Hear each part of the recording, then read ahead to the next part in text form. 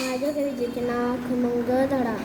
त्या दिवशी शाळा अचानक लवकर सुटली. मग काय, सगळीच मुलं आनंदाने हो करून ओरडली, उड्या मारत